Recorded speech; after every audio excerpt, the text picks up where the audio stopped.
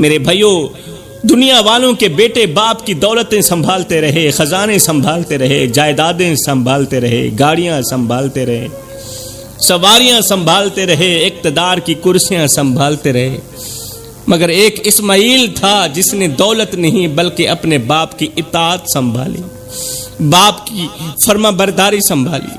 دنیا کے بیٹے اپنے باپ سے کہتے ہیں ہمارے لیے کیا چھوڑ کر گئے ہو؟ اللہ جب کسی بندے سے محبت کرتا ہے نا، پیار کرتا ہے نا، پھر اس کے گناہوں کو بھی نیکیوں میں بدل دیتا ہے، اس کی آنسوں کو دعا بنا دیتا ہے، اس کی تکلیفوں کو بھی عبادت بنا دیتا ہے۔ جب ایک مریض آپریشن تھیٹر کے اندر داخل ہوتا ہے تو وہ جانتا ہے کہ اب اس کے جسم پر چھری چلے گی ہی چلے گی، گوشت کٹے گا، خون نکلے گا، تکلیف ہوگی ہی ہوگی، مگر پھر بھی وہ بھاگتا نہیں ہے۔ سب کچھ جاننے کے باوجود بھی وہ بھاگتا نہیں، چیختا نہیں، دروازہ توڑ کر واپس نہیں جاتا۔ کیوں؟ کیونکہ اس کے دل کے اندر یہ یقین زندہ ہوتا ہے کہ یہ چھری مجھے مارنے کے لیے نہیں، بچانے کے لیے چلے گی۔ یہی راز قربانی ہے میرے محترم بھائیو۔ حضرت ابراہیم علیہ السلام کو جب حکم ملا کہ اپنے بیٹے حضرت اسماعیل علیہ السلام کو قربان کرو تو یہ کوئی عام آزمائش نہیں تھی، یہ دل پر چلنے والی وہ چھری تھی جس نے محبت کے اندر چھپی اطاعت کو دنیا کے سامنے ظاہر کرنا تھا، دنیا والوں کو بتانا تھا کہ حضرت اسماعیل علیہ السلام اللہ تبارک و تعالی کی کتنی اطاعت کرتے ہیں، حضرت ابراہیم علیہ السلام اللہ سے کتنی محبت کرتے ہیں۔ حضرت ابراہیم علیہ السلام نے ایک رات خواب دیکھا کہ اللہ تعالیٰ فرما رہا ہے، اے میرے ابراہیم، اپنی سب سے قیمتی چیز میری راہ میں قربان کرو۔ حضرت ابراہیم علیہ السلام کی جب آنکھ کھلی تو دل پر عجیب سی کیفیت طاری ہو گئی، کیونکہ یہ کوئی عام خواب نہیں تھا، یہ اللہ کی طرف سے ایک اشارہ تھا۔ قرآن پاک میں اللہ تعالیٰ فرماتا ہے، لن تنالوا البر حتى تنفقوا مما تحبون، یعنی تم ہرگز نیکی کے مقام کو نہیں پا سکتے جب تک اپنی پسندیدہ چیز اللہ کی راہ میں خرچ نہ کرو، تب تک تم نیکی کا مزہ نہیں لے سکتے، نیکی پا ہی نہیں سکتے۔ اللہ جب اپنے بندے سے محبت کرتا ہے نا، پھر اس سے اس کی پسندیدہ چیز کا امتحان بھی لیتا ہے۔ کس سے لیتا ہے؟ جس سے اللہ تعالیٰ خود محبت کرتا ہے۔ خواب دیکھنے کے بعد جیسے ہی حضرت ابراہیم علیہ السلام بیدار ہوئے تو جلدی سے اٹھے اور 100 حلال جانور اللہ کے نام قربان کر دیا، جس میں اونٹ بھی تھے، دمبے بھی تھے، بکریاں بھی تھی۔ ان تمام جانوروں کا گوشت بنا کر غریبوں میں تقسیم کر دیا، مسکینوں کو کھلا دیا، فقیروں میں بانٹ دیا۔ کیونکہ اللہ والے جب دیتے ہیں نا پھر حساب نہیں کرتے۔ سارا دن غریبوں میں گوشت تقسیم ہوتا رہا، سارا دن غریبوں میں تقسیم کاری میں گزر گیا، ہر طرف گوشت تقسیم ہو رہا تھا، دعائیں مل رہی تھیں، محتاجوں کے چہروں پر خوشیاں آ رہی تھیں۔ مگر رات ہوئی، حضرت ابراہیم علیہ السلام سو گئے۔ دوسری رات پھر وہی خواب آیا، اے ابراہیم، اپنی سب سے قیمتی چیز میری راہ میں قربان کرو۔ اس بار حضرت ابراہیم علیہ السلام کی پریشانی اور بڑھ گئی تھی۔ صبح ہوئی تو آپ فوراً اٹھے اور 1000 جانور اللہ کے نام قربان کر دی۔ اونٹوں کی قطاریں، دمبوں کے ریوڑ، گوشت پکا پکا کر غریبوں کو کھلایا، غریبوں میں تقسیم کیا، مسافروں کو دیا، یتیموں کے گھروں تک گوشت پہنچایا۔ میرے بھائیوں، کچھ لوگ ایک روٹی دے کر احسان جتاتے ہیں۔ ارد گرد معاشرے کے اندر، گلی محلے کے اندر، دوستوں کے اندر آپ نے دیکھا ہوگا بہت سے لوگ ہوتے ہیں ایک روٹی دے کر احسان جتاتے ہیں، اور کچھ اللہ والے ہزاروں جانور قربان کر کے بھی خاموش رہتے ہیں، اللہ تعالیٰ کی شکر گزاری کرتے ہیں کہ اللہ تو نے ہمیں توفیق دی اتنی بڑی خیرات کرنے کی، غریبوں کی مدد کرنے کی، غریبوں میں کھانا تقسیم کرنے کی تو نے ہمیں توفیق دی، تیرا بہت بہت شکریہ۔ مگر رات آئی تو پھر وہی خواب آیا، تیسری رات بھی وہی خواب آیا۔ اب حضرت ابراہیم علیہ السلام سمجھ گئے کہ اللہ جانور نہیں مانگ رہا، اللہ کچھ اور مانگ رہا ہے۔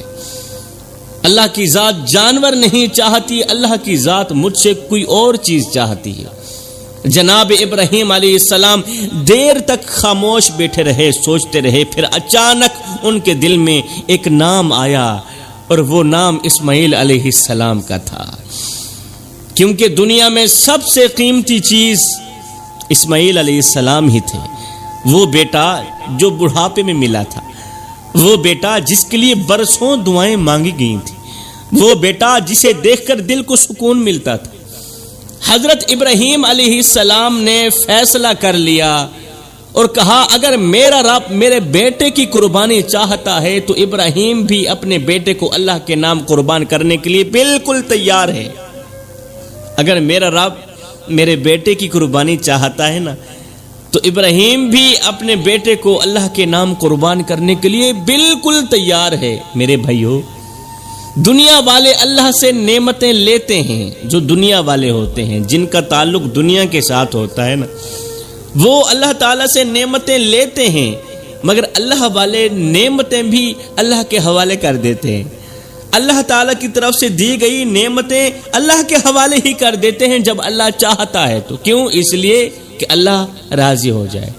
دنیا والے ہاتھ اٹھاتے ہیں کہ یا اللہ ہمیں دے دے، ہمیں دے دے، مگر اللہ والے کہتے ہیں یا اللہ تو چاہے تو ہم سے لے بھی سکتا ہے، دیا تو نے بہت کچھ ہے، تو چاہے تو ہم سے لے بھی لے، ہم دینے کے لیے بالکل تیار ہیں۔ دنیا والے نعمت ملنے پر خوش ہوتے ہیں، مگر اللہ والے نعمت قربان ہونے پر بھی اللہ تعالیٰ کی لکھ لکھ شکر گزاری کرتے ہیں۔ آگے سنو کیا ہوا۔ حضرت ابراہیم علیہ السلام حضرت اسماعیل علیہ السلام کے پاس آئے، یعنی کہ ایک باپ اپنے بیٹے کے پاس آیا۔ اسماعیل علیہ السلام ادب کے ساتھ کھڑے ہو گئے۔ حضرت ابراہیم علیہ السلام نے فرمایا میرے بیٹے، میں نے خواب دیکھا ہے کہ میں تمہیں اللہ کی راہ میں قربان کر رہا ہوں۔ تیرے باپ نے خواب دیکھا ہے اور بار بار دیکھا ہے کہ میں تجھے اللہ کی راہ میں قربان کر رہا ہوں۔ قربان کرنے کا مطلب یہ ہے کہ تیرے گلے پر چھری پھیر رہا ہوں، جس طرح دمبے کو ذبح کیا جاتا ہے، جس طرح جانور کو ذبح کیا جاتا ہے، میں بھی تجھے اسی طرح ذبح کر رہا ہوں۔ بتاؤ تمہاری کیا رائے ہے؟ اب ذرا اسماعیل علیہ السلام کا جواب بھی سنو، ایسا جواب جس نے قیامت تک کے بیٹوں کو شرما دیا۔ آج کل کے یہ جو نافرمان بیٹے ہیں نا، سب کو شرما کر رکھ دیا۔ اسماعیل علیہ السلام نے عرض کیا ابا جان آپ کو جو حکم ملا ہے وہ کر گزاریں، انشاءاللہ آپ مجھے صبر کرنے والوں میں سے پائیں گے۔ دنیا والوں کے بیٹے اپنے باپ کی جائیداد سنبھالتے رہے، خزانے سنبھالتے رہے، سواریاں سنبھالتے رہے، مگر ایک اسماعیل ہی تھا جس نے اپنے باپ کی اطاعت سنبھالی تھی۔ اپنے بیٹے اسماعیل علیہ السلام کا جواب سن کر حضرت ابراہیم علیہ السلام گھر کے اندر آئے۔ حضرت حاجرہ رضی اللہ تعالی عنہا گھر کے اندر موجود تھی۔ حضرت ابراہیم علیہ السلام نے فرمایا میں اور میرا اسماعیل ہم دونوں ایک دعوت پر جا رہے ہیں، شام تک واپس آ جائیں گے۔ اے حاجرہ ہم کہیں جا رہے ہیں، دعوت پر جا رہے ہیں، شام تک واپس آ جائیں گے۔ ماں نے اپنے بیٹے کو محبت سے تیار کیا ہوگا، چہرہ چوما ہوگا، بال سنوارے ہوں گے اور کہا ہوگا میرے لال جلدی واپس آ جانا کیونکہ تیرے بغیر میرا دل نہیں لگتا۔ حضرت ابراہیم علیہ السلام نے خاموشی سے چھری اٹھائی، رسی لی اور باپ بیٹا دونوں گھر سے نکل پڑے۔ روایتوں میں آتا ہے کہ وہ مبارک مقام مینا کی وادی تھی، راستہ خاموش تھا، پہاڑ خاموش تھے، مگر ایک باپ کے دل کے اندر قیامت ٹوٹ رہی تھی۔ کبھی حضرت ابراہیم علیہ السلام اپنے بیٹے کو دیکھتے، کبھی ابراہیم علیہ السلام اپنے بیٹے کو دیکھتے، کبھی آسمان کی طرف دیکھتے، اور دوسری طرف حضرت اسماعیل علیہ السلام کا صبر بھی دیکھو، نہ خوف، نہ سوال، نہ انکار۔ شاید وہ دل میں یہی سوچ رہے تھے کہ اگر میری ایک جان اللہ کی راہ میں چلی جائے تو اس سے بڑی کامیابی بھلا اور کون سی ہو سکتی ہے۔ اب ایک طرف بوڑھا باپ کھڑا ہے، دوسری طرف ننھا سا بیٹا کھڑا ہے، اور درمیان میں اللہ کا حکم کھڑا ہے، اور جہاں اللہ کا حکم آ جائے وہاں محبتوں کو بھی سر جھکانا پڑتا ہے، کیونکہ اللہ کا حکم جو آ گیا ہے۔ حضرت ابراہیم علیہ السلام چاہتے تو کہہ سکتے تھے یا اللہ ساری زندگی اولاد نہیں دی، اب اگر بڑھاپے میں دے بھی دی ہے تو پھر اسے ذبح کرنے کا حکم کیوں دے دیا؟ یاد رہے اللہ والوں کے دلوں میں سوال کم اور یقین زیادہ ہوتا ہے۔ سوال کم ہوتے ہیں، یقین زیادہ بھی ہوتا ہے اور پختہ بھی ہوتا ہے۔ یہی وجہ ہے کہ ایک بوڑھا باپ اپنے اکلوتے بیٹے کو لے کر میدان کی طرف چل پڑا، اور حیرت تو یہ تھی کہ بیٹا بھی خاموش ہو کر ساتھ میں چل پڑا۔ آج کا کوئی بیٹا ہوتا تو باپ کا ہاتھ جھٹک کر کہتا، ابو محبتیں قربان نہیں کی جاتی۔ آج کا نوجوان ہوتا تو کہہ دیتا، محبتیں قربان نہیں کی جاتی، محبتیں بچائی جاتی ہیں۔ میری ابھی عمر ہی کیا ہے، میرے ابھی خواب باقی ہیں، میری ابھی خواہشیں باقی ہیں، میری ابھی جوانی باقی ہے، مجھے ابھی دنیا دیکھنی ہے، آخر میری ہی قربانی کیوں، لیکن میں قربان جاؤں۔ اسماعیل علیہ السلام خاموشی سے اپنے باپ کے ساتھ چل رہے ہیں، چہرے پر مسکراہٹ ہے، باپ سے میٹھی میٹھی خوشیوں والی باتیں بھی ہو رہی ہیں۔ میرے بھائیوں، دنیا والوں کے بیٹے باپ کی دولتیں سنبھالتے رہے، خزانے سنبھالتے رہے، جائیدادیں سنبھالتے رہے، گاڑیاں سنبھالتے رہے، سواریاں سنبھالتے رہے، اقتدار کی کرسیاں سنبھالتے رہے، مگر ایک اسماعیل تھا جس نے دولت نہیں بلکہ اپنے باپ کی اطاعت سنبھالی، باپ کی فرما برداری سنبھالی۔ دنیا کے بیٹے اپنے باپ سے کہتے ہیں ہمارے لیے کیا چھوڑ کر جاؤ گے، مگر اسماعیل نے اتنا بھی نہیں کہا کہ میرے بعد کس کو بیٹا کہہ کر پکارو گے۔ یاد رہے، دنیا میں وراثتیں سنبھالنے والے بہت پیدا ہوتے ہیں، مگر فرما برداری سنبھالنے والے صدیوں بعد پیدا ہوتے ہیں۔ لوگ اپنے باپ کے نام سے دولت چاہتے ہیں، پیسہ چاہتے ہیں، مال چاہتے ہیں، مگر اسماعیل نے اپنے باپ کے حکم میں عزت ڈھونڈی ہے، عزت۔ اور پھر حیران کن بات تو یہ تھی کہ ابراہیم علیہ السلام نے بھی نہیں سوچا کہ میرا ایک ہی تو اسماعیل ہے، اس کے جانے کے بعد میں کس کو بیٹا کہہ کر پکاروں گا؟ جب شام کو گھر واپس جاؤں گا تو خیمے کے دروازے پر دوڑ کر مجھے گلے لگانے والا کون ہوگا؟ بالکل نہیں سوچا۔ بڑھاپے کی لاٹھی ٹوٹ گئی تو سہارا دینے والا کون ہوگا؟ ایک بیٹا ہی تو ہے جس کو میں ذبح کرنے کے لیے جا رہا ہوں۔ سفر سے جب واپس آؤں گا تو خیمے کے دروازے پر ابا جان کہہ کر میرے جسم کے ساتھ لپٹنے والا کون ہوگا؟ ہر باپ کی خواہش ہوتی ہے کہ اس کی قبر پر رونے والا اس کا اپنا بیٹا ہو، ہر باپ کی خواہش ہوتی ہے کہ اس کا جنازہ اٹھانے والا اس کا بیٹا ہو، اس کا جنازہ پڑھانے والا بھی اس کا بیٹا ہو، مگر جناب ابراہیم علیہ السلام نے یہ بھی نہیں سوچا کہ میری قبر پر آنسو بہانے والا کون ہوگا، بالکل بھی نہیں سوچا۔ وہ کیوں؟ اس لیے کہ جب بندہ اللہ کے حکم کے سامنے کھڑا ہو جاتا ہے نا، پھر اس کے دل سے دنیا کے تمام سہارے نکل جاتے ہیں۔ جو انسان اللہ پر یقین کر لینا، وہ سہاروں کے ٹوٹنے سے بالکل نہیں ڈرتا، کیونکہ اسے معلوم ہوتا ہے کہ جب ساری دنیا ساتھ چھوڑ دے تب بھی اللہ کافی ہوتا ہے۔ حضرت ابراہیم علیہ السلام چاہتے تو اسماعیل کو سینے سے لگا کر رو پڑتے، چاہتے تو کہتے یا اللہ کچھ اور مانگ لو، مگر انہوں نے اپنی محبت کو بھی اللہ کے حکم کے آگے جھکا دیا، اپنا سب کچھ اللہ کے حکم کے آگے جھکا دیا۔ اور پھر وہ منظر بھی دردناک ہوگا جب باپ نے بیٹے کو زمین پر لٹایا ہوگا، اس کی گردن پر چھری رکھی ہوگی۔ شاید اس وقت حضرت ابراہیم علیہ السلام کی آنکھوں کے سامنے اسماعیل کا بچپنا گھوم گیا ہوگا۔ وہ لمحے ضرور یاد آئے ہوں گے جب ننھا اسماعیل ان کی انگل پکڑ کر چلتا ہوگا، جب ننھا اسماعیل اپنے باپ کی انگلی پکڑ کر چلتا تھا، جب ابا جان کہہ کر سینے سے لپٹ جاتا تھا، وہ لمحہ بھی یاد آیا ہوگا۔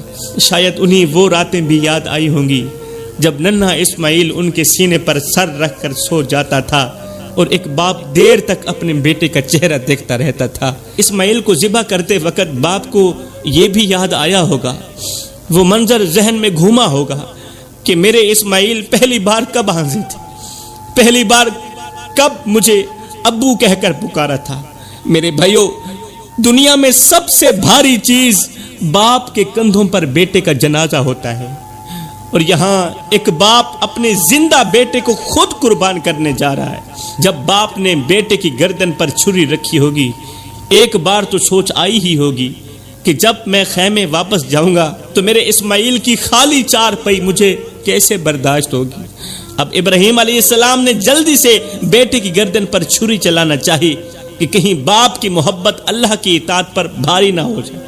میرے بھائیوں، اللہ والوں کے امتحان عام انسانوں کے امتحانوں جیسے نہیں ہوتے۔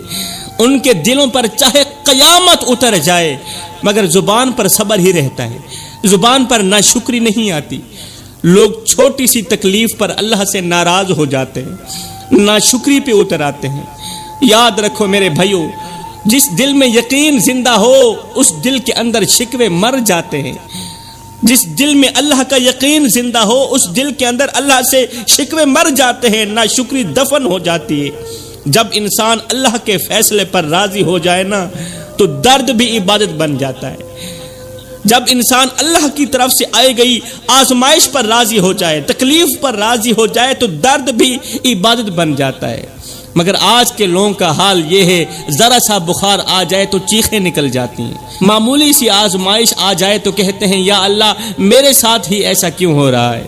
نادانو، تمہیں کیا پتا، ہو سکتا ہے تمہاری یہ تکلیف اللہ کے ہاں تمہاری سب سے بڑی عبادت لکھی جا رہی ہو، یہ بھی ہو سکتا ہے۔ دکھاوے کی نماز رد ہو سکتی ہے، دکھاوے کا صدقہ رد ہو سکتا ہے، دکھاوے کے آنسو بھی رد ہو سکتے ہیں، مگر وہ درد جو انسان خاموشی سے اللہ کے لیے برداشت کرتا ہے، وہ تکلیف جو انسان برداشت کر کے بھی اللہ تعالیٰ کی شکر گزاری کرتا ہے، صبر کرتا ہے، اللہ اس درد کو بھی ضائع نہیں ہونے دیتا، اس درد کو بھی عبادت میں بدل دیتا ہے۔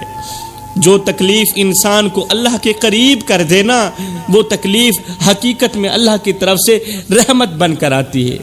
اللہ جب کسی بندے سے محبت کرتا ہے نا، پیار کرتا ہے نا، پھر اس کے گناہوں کو بھی نیکیوں میں بدل دیتا ہے، اس کے آنسوں کو دعا بنا دیتا ہے، اس کی تکلیفوں کو بھی عبادت بنا دیتا ہے، اس کے صبر کو جنت کا راستہ بنا دیتا ہے۔ دنیا والے صرف تمہاری ہنسی دیکھتے ہیں مگر اللہ تمہارے دل کا درد بھی دیکھتا ہے۔ کبھی کبھی بندہ رات بھر تکلیف میں کروٹیں بدلتا رہتا ہے، آنکھوں سے آنسو بہہ رہے ہوتے ہیں، زبان خاموش ہوتی ہے، مگر اس خاموشی کو بھی اللہ عبادت لکھ رہا ہوتا ہے، اس خاموشی کو بھی اللہ کے فرشتے عبادت لکھ رہے ہوتے ہیں۔ میرے بھائیو، اللہ کے دربار میں صرف سجدے نہیں تولے جاتے، دل بھی تولے جاتے ہیں۔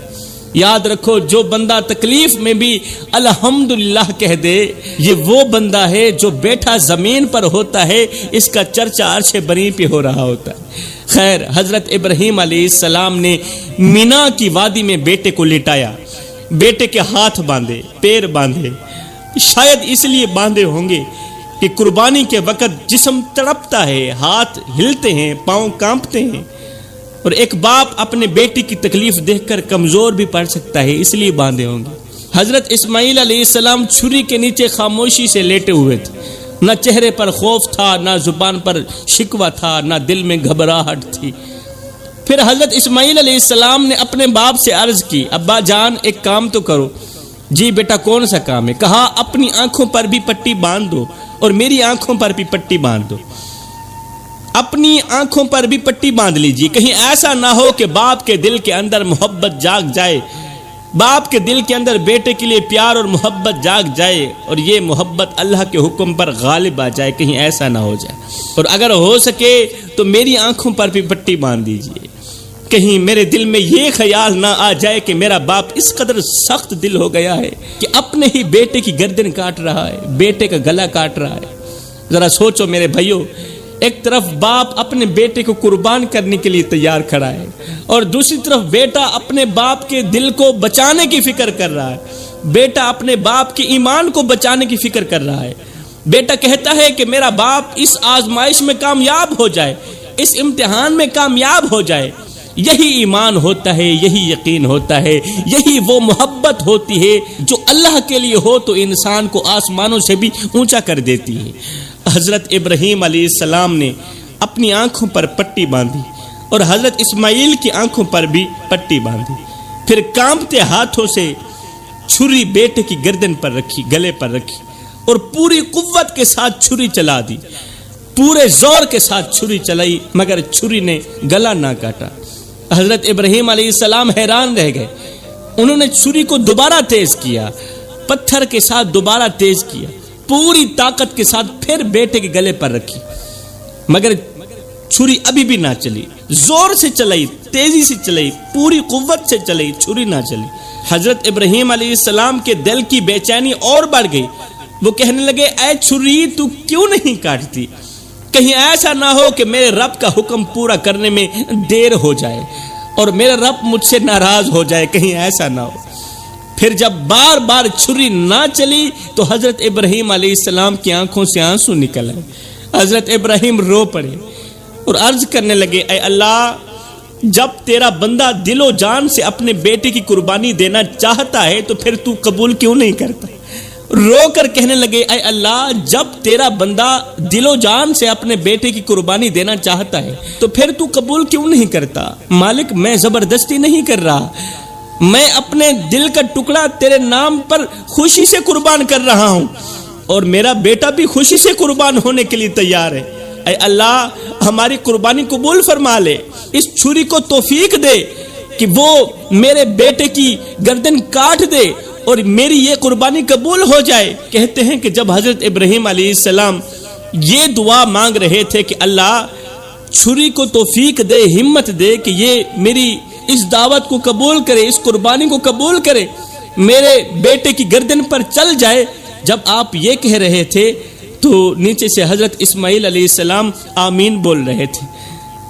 اسماعیل علیہ السلام ننھا بیٹا بھی بول پڑا، اے اللہ، میری قربانی قبول فرما لے، چھری کو چلنے کی توفیق دے دے۔ ذرا سوچو، آج لوگ معمولی سی تکلیف سے بچنے کے لیے دعائیں مانگتے ہیں، معمولی سی تکلیف سے بچنے کے لیے بھی دعائیں مانگتے ہیں، اور دوسری طرف ایک ننھا سا بچہ ایسا بھی ہے جو دعا مانگ رہا ہے کہ یا اللہ، میری قربانی قبول فرما لے، مجھے اپنی پاک بارگاہ میں قبول فرما لینا۔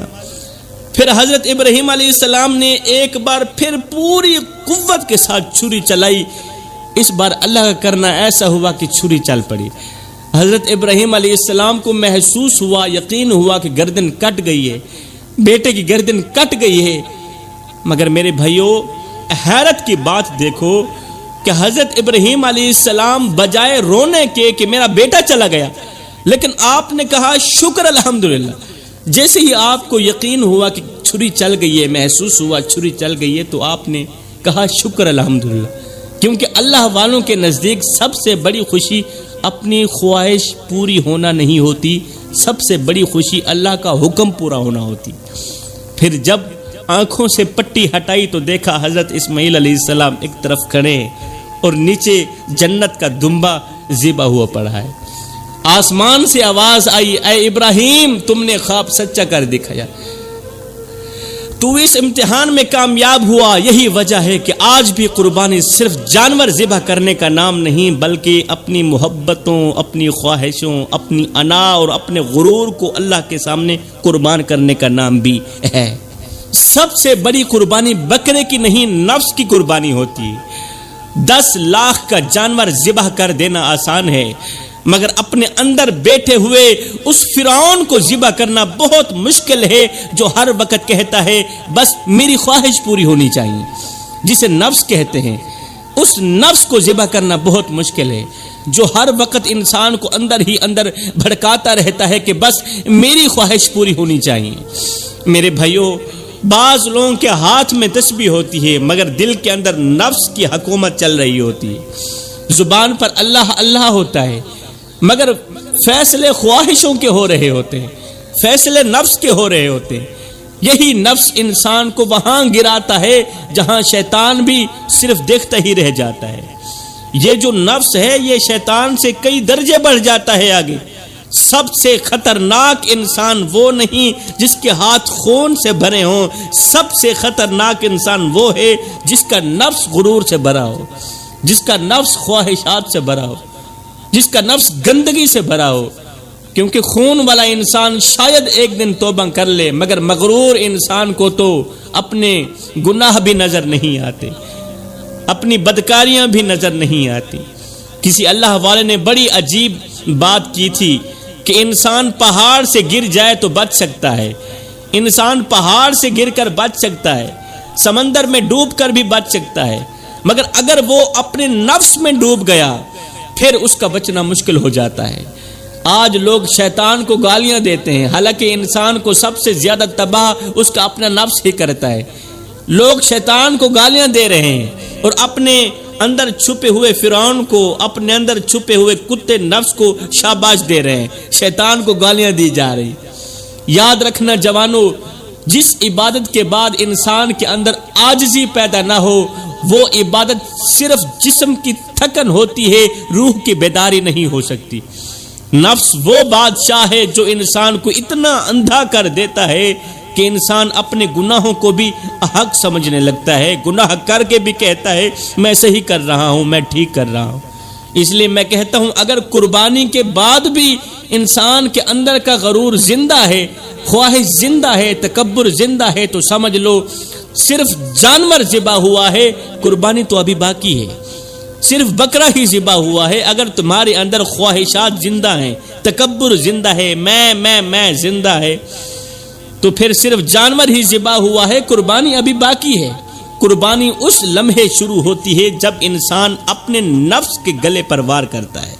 قرآن پاک میں اللہ تعالیٰ فرماتا ہے لَن يَنَالَ اللَّهَ لُحُومُهَا وَلَا دِمَاؤُهَا وَلَٰكِن يَنَالُهُ التَّقْوَىٰ مِنكُمْ، یعنی اللہ تک نہ ان کا گوشت پہنچتا ہے، نہ خون پہنچتا ہے، اللہ تک تو تمہارا تقویٰ پہنچتا ہے۔ اب ذرا سوچنے والی بات ہے کہ اگر اللہ کو صرف خون ہی چاہیے ہوتا تو قصائی دنیا کے سب سے بڑے ولی ہوتے۔ اگر اللہ کو صرف خون ہی چاہیے ہوتا، مگر اللہ خون نہیں دیکھتا، اللہ دل دیکھتا ہے۔ میرے بھائیوں، بعض لوگ قربانی کے دن جانور خریدتے وقت لوگوں کو اپنے جانور کی قیمت سناتے ہیں، لوگوں کو اپنے جانور کی قیمت سناتے ہیں، مگر اللہ کے سامنے اپنی اوقات بھول جاتے ہیں۔ 10 لاکھ کا جانور خرید لینا آسان ہے میرے بھائی، مگر 10 منٹ کے لیے اپنے نفس کو خاموش کرنا بہت مشکل ہے، اپنے نفس پر چھرا چلانا بہت مشکل ہے۔ کسی نے کیا خوب کہا تھا کہ ایسا نہیں کہ نفس کا شیطان مر گیا، شیطان تو ہے زندہ، انسان مر گیا۔ میں دعا کرتا ہوں اللہ ہمیں صراط مستقیم پر چلنے کی توفیق عطا فرمائے۔